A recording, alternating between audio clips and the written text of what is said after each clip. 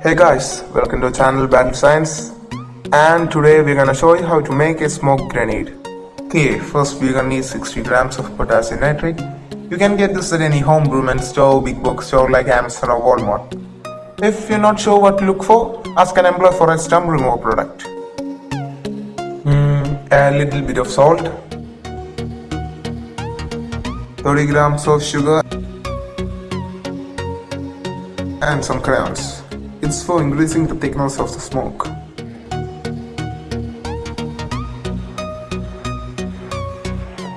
After gathering all ingredients, mix them all together.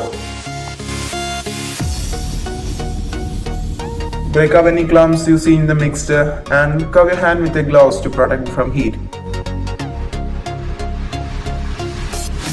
And then turn the stove on and heat the pan at a medium temperature. Once the pan has been heated up, melt the crayons.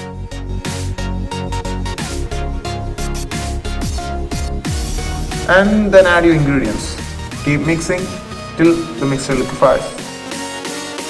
If you overheat it, it can catch fire. Now I need something to fill your mixture with. For that, here we have a plastic pipe with us.